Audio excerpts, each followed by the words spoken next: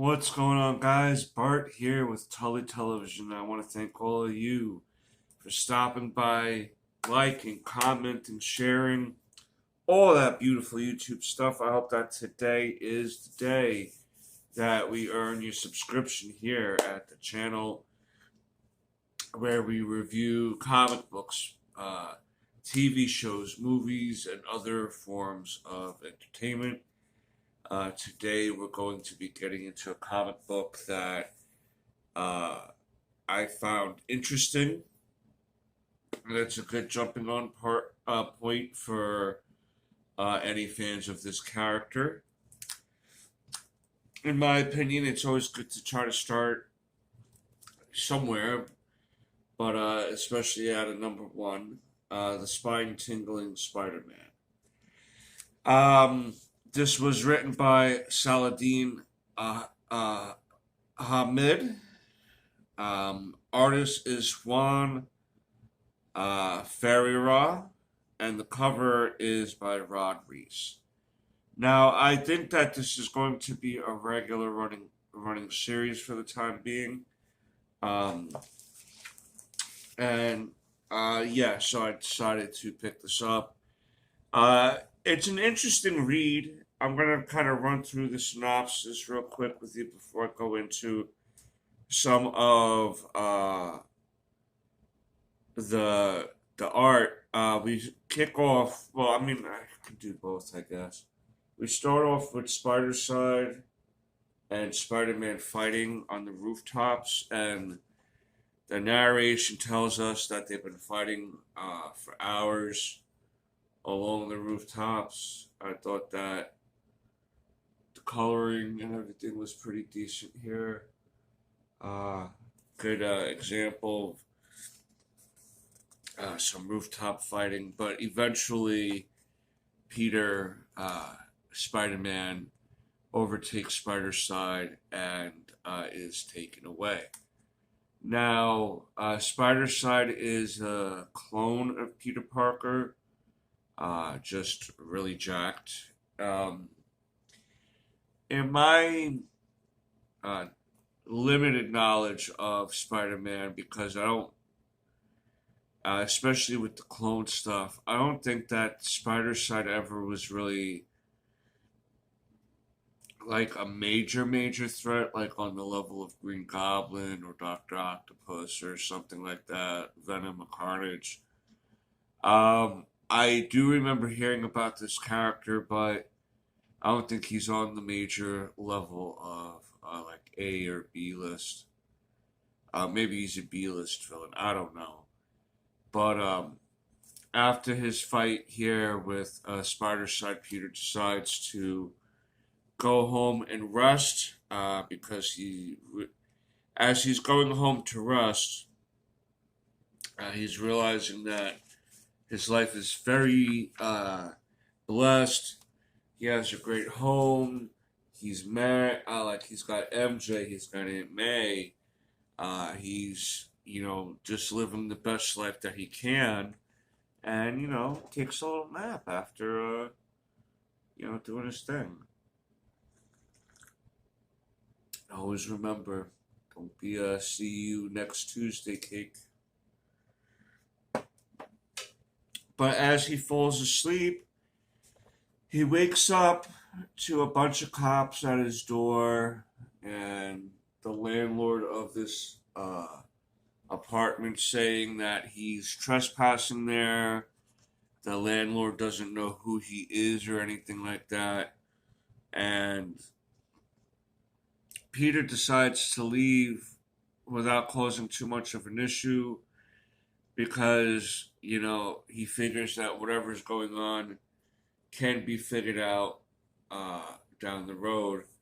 And what he does is he calls his Aunt May, who looks totally different from one of the last Spider-Man comic books I read. Um, Claims that she doesn't know who Peter is and why is she calling him, and she doesn't have a nephew at all or whatever like that. He decides to call MJ because he's really not sure what the hell is going on at this point. Why is his aunt not remembering him? Why is his life seemingly turning upside down yet again? And finally comes across Mary Jane and thinks that, like, at least Mary Jane will, remember him, right? And she doesn't remember him, and now all these ladies are sitting here thinking that he's being like El Creepo with Mary and everything, so they confront him to kind of, girl power him, I guess. And I'm not going to mind that too much because, not for nothing, I think that there needs to be more of that in this world in a way. I'm not saying a guy should be beat up because he's trying to ask a lady out on a date or for her number. But if he's being like overly aggressive with her, even with with these type of actions, then yeah, I think that maybe people should a little bit more try to help. But it's so nuanced anyway. Because if you try to help, you're the one that might get hurt. So there's a lot of that going on. But we know Peter's not going to do anything to them, so he runs off and into this construction site, and he's about to jump over this opening, so to speak, and he winds up falling. And I'm going to say something right here. That looks like a pretty decent jump, man, that he tried to do, and when he fell, there was no injuries to him. He just miraculously was just like fine, bro.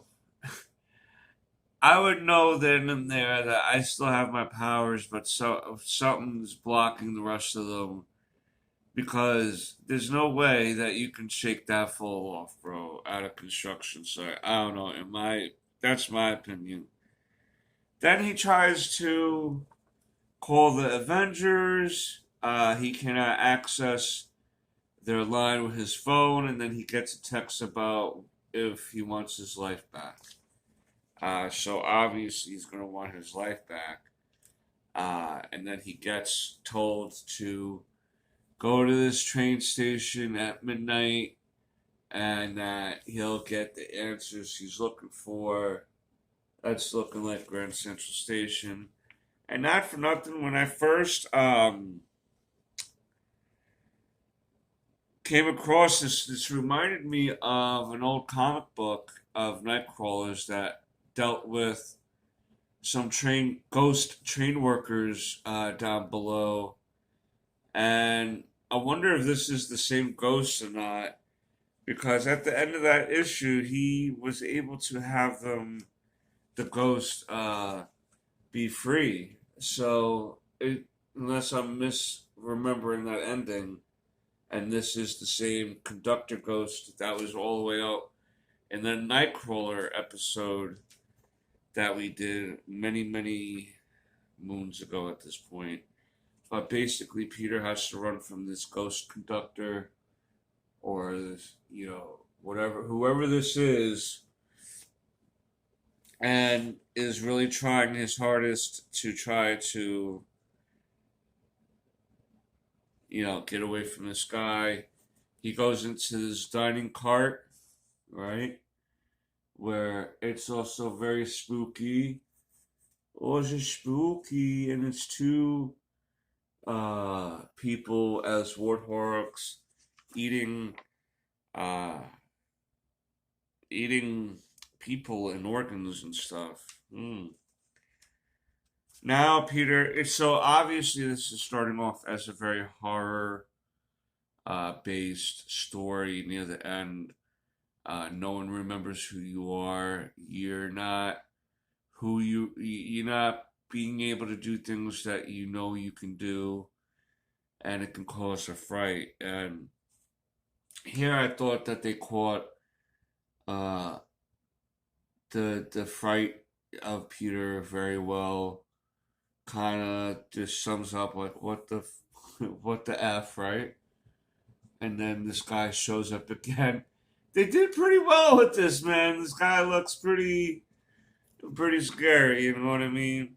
And so again, him and the other like ghost and entities on the train are trying to come after him, and these other people, other passengers, are just saying, "Don't let him get you." And all these TV screens here, and that's kind of where the issue ends. With those TV screens there, it's one of two things. It could be that Peter's being watched, obviously, and being tested in some sort of way in order to know how to effectively deal with him. Now, for someone to be messing with Peter, I wonder if it's someone who knows he's Spider Man, or what it is specifically that is causing whoever's attacking him to attack him specifically. We don't really know who's behind these attacks yet. Um, but we will find out because I'm going to continue to get this series. At least for the time being, I really liked this. I haven't collected a Spider-Man book in a while, and yeah, I thought that this was a great place to start. I have to try to find that issue Nightcrawler and see if it's the same ghost. I don't think it is, but it's going to be a similar look. But I don't know. You let me know down below if you've been collecting this series, if you love Spider Man, hate Spider Man, uh, anything Spider Man, you let me know down below. But until next time, peace, Snookums.